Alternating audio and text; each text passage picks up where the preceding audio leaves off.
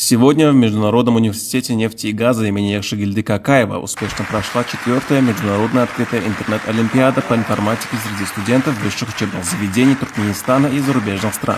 На торжественной церемонии открытия ректор университета поприветствовал участников, пожелав молодым талантам удачных выступлений и высоких достижений. Международный университет нефти и газа имени Якши Какаева ведет планомерную работу по внедрению мировых стандартов образования и подготовки высококвалифицированных специалистов. Вузом налажено тесное сотрудничество с ведущими зарубежными университетами и крупными компаниями, такими как Китайская национальная нефтегазовая корпорация CNPC, Dragon Oil и Petronas. Важным шагом в этом направлении стало подписание меморандума о создании в университете мастерской Лубаня при участии Сианского нефтяного университета, Хэбэйского нефтяного профессионально-технического университета, CNPC и Китайской ассоциации международного обмена в сфере образования. В нынешней 4-й международной интернет-олимпиаде приняло участие 800 студентов из 57 высших учебных заведений 16 стран мира.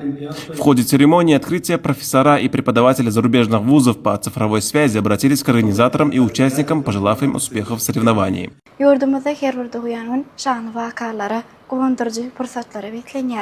Berkarar döwletiň täze ýamynyň galkynç döwrüne, garaşda da baky tarap Türkmenistan, bedew batla at maradyň mekan ýylyna, ýurdumyzda kere gazanýan üstünlikler biziň nurany ertirlere bolan ynanmyzy barha artdyrýar. Ynha biziň bilim hojamyz olan Ýaşyly Kakay fadyna halkara net we gazan üstedimizde 4-nji halkara açyk internet informatik olimpiadasy geçirildi.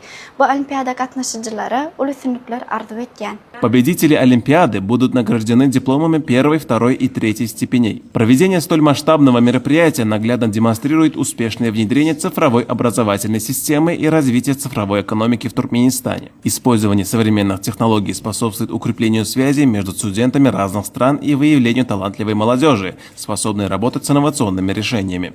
В завершении форума участники выразили искреннюю признательность национальному лидеру туркменского народа Гурбангулы Бердымухамедову и президенту Туркменистана Сердару Бердымухамедову за широкие возможности для учебы, творчества и профессионального роста.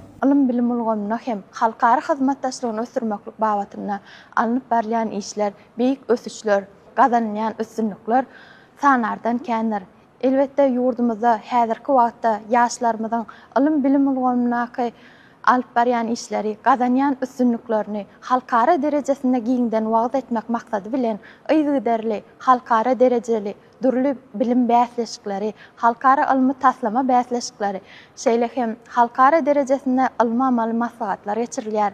Şeýle bäsleşikleriň biri hem bu gün biziň ýokary okuw mektebimiz bolan Ýaşyly Kakay fadyna halkara neft we gaz üniversitetine geçirilýän 4-nji açyk halkara informatika internet olimpiadasy.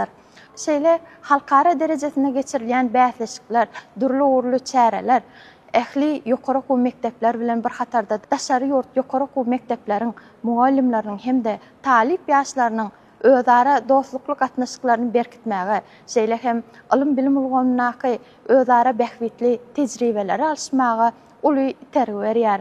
Gahrman arkadağımyzyň pähim paýhasyndan, arkadagy gahrman serdarymyzyň tagallalaryndan ruhlanýan magtumly pragy, görewli we gorkutata ýal beýik şahsiýetleriň ýol ýörelgelerine ýerýän türkmen ýaşlarynyň ümzügi ileri gadamlar hemişe batly bolsun, pursatdan peýdalanyp şeýle ajaýyplyklary we giň mümkinçilikler döredip berýän türkmen halkynyň milli lideri, gahrman arkadağymyza hormatly prezidentimiz, arkadagy gahrman serdarymyza köp sag bolsunlarymyzy aýtýaryn.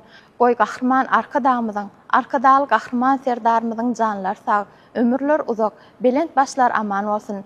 Beýik maksatly, il ýurt bähwitli tutýan tutumly işler hemişe rowaçlyklara weslensin.